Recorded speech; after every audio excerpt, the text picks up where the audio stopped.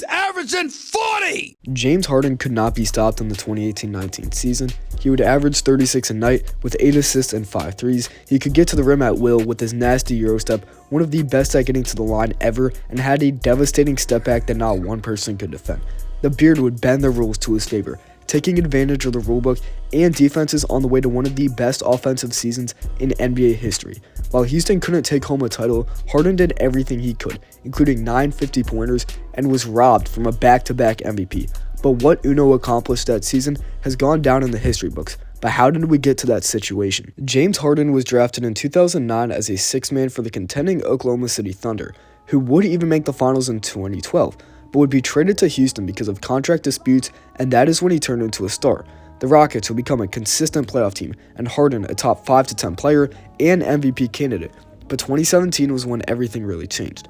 The Rockets had been to the conference finals in the Harden era with an appearance in 2015, but they were for real about doing everything they could do to win, trading for Chris Paul and winning a franchise high and league-leading 65 games in 17-18. Harden would win his first MVP with a then career-high 30.4 points a game, and the Rockets would easily get to the conference finals and even took a 3-2 lead against Golden State before everything went wrong. Chris Paul would get injured at the end of Game 5. Houston would get blown out in Game 6, and in the do-or-die Game 7, the Rockets would miss 27 consecutive threes, barely losing with a Warriors third-quarter barrage being just enough to knock the Rockets off, but Harden would dream for any type of revenge he could get. In the offseason, the Rockets would get Carmelo Anthony, coming off a rough stretch with the Thunder where he never fully molded with Russell Westbrook and Paul George, but Trevor Ariza and Luke Mbah a Moute would sign elsewhere in free agency. But to start the season, Harden was pretty solid, but the Rockets would struggle. The Beard averaged 28.5 points and 9 assists before a hamstring injury that kept him out for 3 games, with Houston falling to 2-5, and even in his return, he couldn't find his footing, failing to score over 30 for the next 4 games, while shooting below 36% from the field with a 2-2 record. The Rockets were currently 4-7, with Harden just averaging 26 points on 41% from the field with a -4 average plus-minus, but the next game would be his first masterclass of the season. Well, not initially. He had 3 turnovers in just the first quarter and couldn't buy a shot, but the Rockets would make a statement in the next 12 minutes. Harden had 19 in just the second quarter, with 4 threes, 2 of them being from way behind the 3-point line, 2 lobs to Clint Capella, and a buzzer-beater lay. The Rockets would take a 22-point lead into the half, with maybe their best quarter of basketball so far that season, but Harden didn't slow down much, finishing with 40 and 8 threes, nearly putting up a triple-double as Houston would create a winning streak. The next 4 games would all be wins, including one against the Warriors, in which Harden would outscore KD, and he would continually put up better performances until a game against Detroit, where Harden scored 43 points, 8 of those being in the final 2 minutes, 9 assists, 7 rebounds, 4 steals, and 4 threes. One of 9 times that stat line has ever been accomplished, and yeah, I forgot something about that game. He shot 19 for 19 from the free throw line, including 6 in the final 20 seconds to clinch the game for Houston. CP3 would miss some time after a close loss to Detroit in the next game. While Houston went 0-3 in the time he missed, Harden did everything he could do to win. 40 and 13 in a 4-point loss to a tanking Cleveland squad, where he had 11 and 5 in the last quarter, where all but 2 of the points were generated by Harden scoring and passing. Then his first 50 bomb of the year, 54 points, 13 assists, 8 rebounds, 3 steals, 7 threes, and 11 turnovers. An insane stat line where Harden, again, did everything he could do to win, with a game-tying assist with 9 seconds left to send it to OT, but he would have a rough overtime, as Washington barely escaped, and it remains the only game with 50 points, 10 assists, 5 rebounds, and 7 threes in a loss. He would follow that up with a modest 25 points and career-high 17 assists, but Houston was just 9-11 at the time, and it's clear, after just the first 20 games of the season, this team was not the same as last year, and Harden might somehow need the ball even more. Paul would return, but it wouldn't matter. Harden would cool off a bit, and the Rockets would go just 3-4 in their next 7, falling to 12-15, and sitting at 14th in the conference, with only the Phoenix Suns lower than them, who would go on to win just 19 games all year, an insanely disappointing start for a team projected to win 56.5 games, and had the 3rd highest title odds, only behind the Warriors and Celtics. Well, December 13th would be a big step into getting on the right path, with a heavily hyped game as Harden faced off against LeBron for just the 2nd time since Bron went to LA, and again, Houston would get a statement win. Harden started out hot, with 13 in the first quarter and 33 after 3 quarters, but the final quarter would be a great display of basketball from the Beard. James Harden would sub back into the game with just less than 5 minutes remaining with a 5-point lead.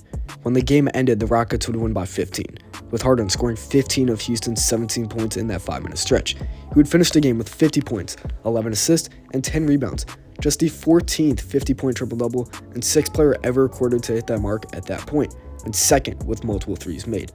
That would start a complete heater, one that is still commonly talked about to this day. December 15th against the Grizzlies, Harden would drop a 30-point triple-double in an 8-point win. That would be the last time he scores less than 35 for the rest of the calendar year.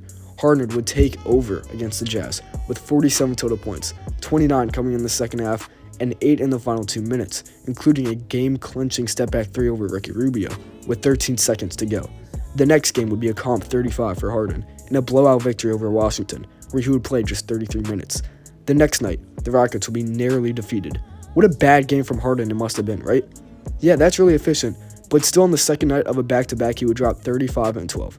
Oh yeah, Houston wouldn't lose a game for the next 2 weeks after that. But Chris Paul would go down against the Heat with a serious injury, and what would Harden do in the next game? He would score 39 and 10 with 7 threes, and did enough in the fourth to hold off a scorching hot San Antonio who'd won 7 of their last 8. With Harden getting even more control with the ball in his hands every play, it was about to get even more fun.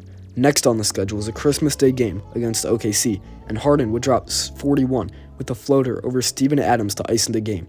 2 days later, Harden would score 45, 28 in the second half, and 9 threes, outscoring Kyrie and Tatum combined by 18. James Harden would make 2 huge free throws against the Pels in a close 4-point win, where he would score 41, 9, 6, and 7 threes. He would score 43 points, 13 rebounds, and 10 assists with 6 threes and 21 for 27 free throw shooting in the final game of 2018 against Memphis. But the next one will be a game that we might never forget. Houston had already played Golden State this season, the team that barely beat the Rockets in the conference finals last year, but Stephen Curry was out that game. Well, this time they were healthy and were 25 and 13, second in the West. The Warriors took an early lead and held on for a while, even with Houston fighting back, but it didn't really get close until the fourth, where Clint Capella and 1 and Harden 3 would send it to overtime. One that would be back and forth before it turned into one of the greatest finishes we had ever seen. Rebound ahead, Curry saves it, 3 steps. It's a Harden 3. Good. Makes a move, blocks the ball, tries to get it, saves it, saved inside, outside Curry. 2, trying to get 3, down to 3, down to 2, it's a 3. Good! Good! He got it! James Harden, a flamethrower! James Harden made a statement that night, proving once again why he's one of the best players in the world. He would finish with 44 points, 15 assists, 10 rebounds, and a franchise-tying high 10 threes to cap off a 5-game stretch of 40 points.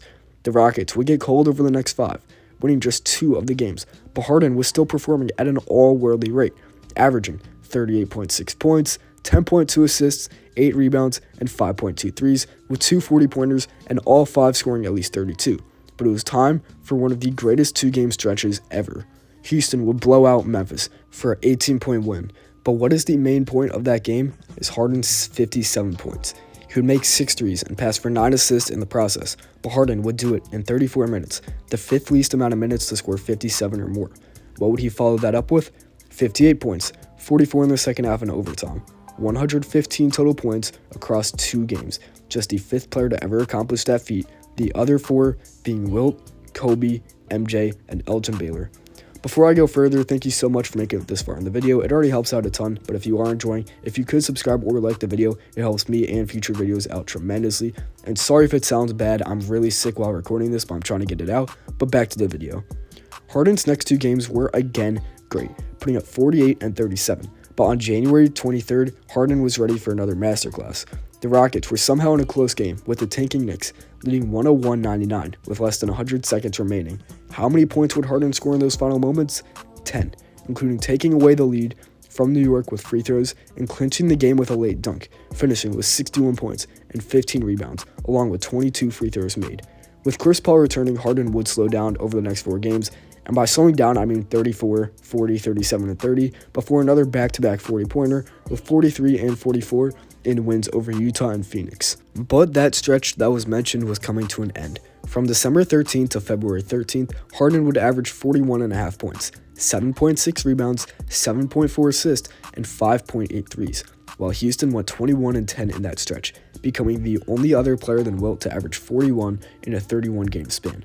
Harden would start off slow for his standards in their return from the All-Star break, but with the team pretty healthy, Houston would get hot. They would win 9 games straight, and of course, Harden would have a historic game in that stretch.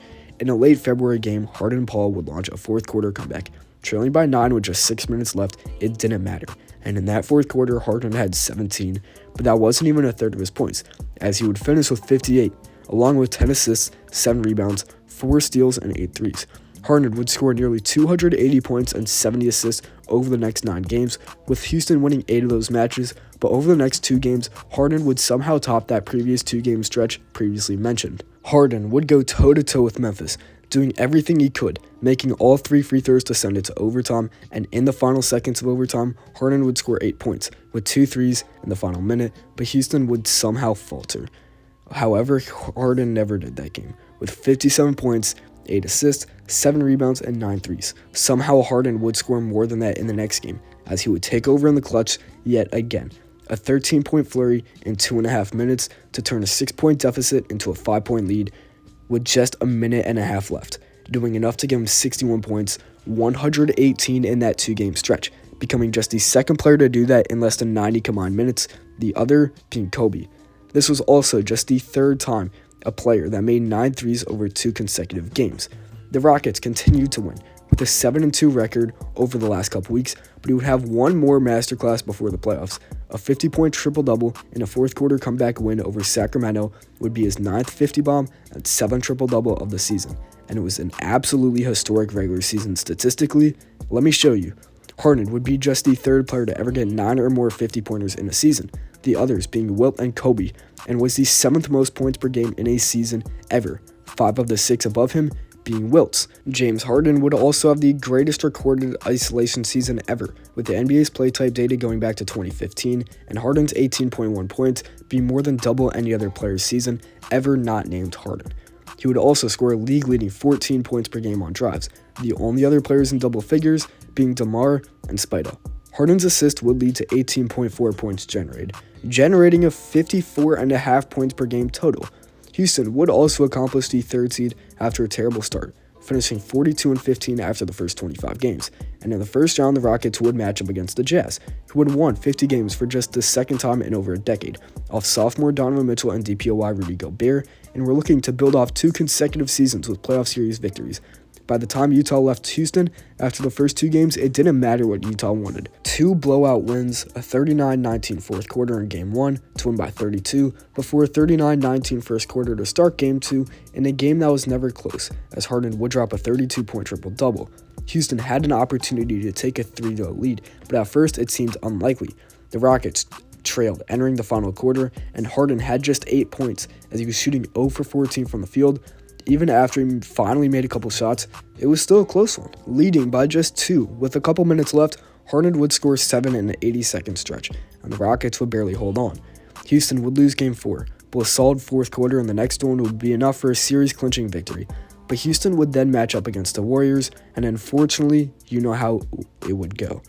But that doesn't mean Harden wouldn't go off. The first 2 games were arguably his worst of the series, 2 close losses, but he scored a combined 64 points, 24 of those coming in the fourth quarter. But in a must-win Game 3, Harden and the Rockets were choking, barely even making it into overtime after a lead for the majority of the fourth. But Harden would have a huge OT, with 5 points in the final minutes, as the Rockets would avoid the sweep with a 40-piece from the Beard. He wasn't done, with 38-10 and another close win over Golden State to tie the series. With KD out, it seems like they had a chance, but Harden would score over 30 in his next 2. But Houston would lose by 5 in both games, and Harden's season was over. But just because he lost in the second round doesn't mean we should forget about how good he was. Harden controversially finished second MVP voting to Giannis with 23 of the 101 first-place votes, but scored a career-high 3,166 total points over the season, and was a generationally great offensive engine, with Houston finishing second in offensive rating that year and 4th highest ever at the time. Harden was league-breaking, and this was arguably his best season ever. Do not sleep on 2018-19 James Harden.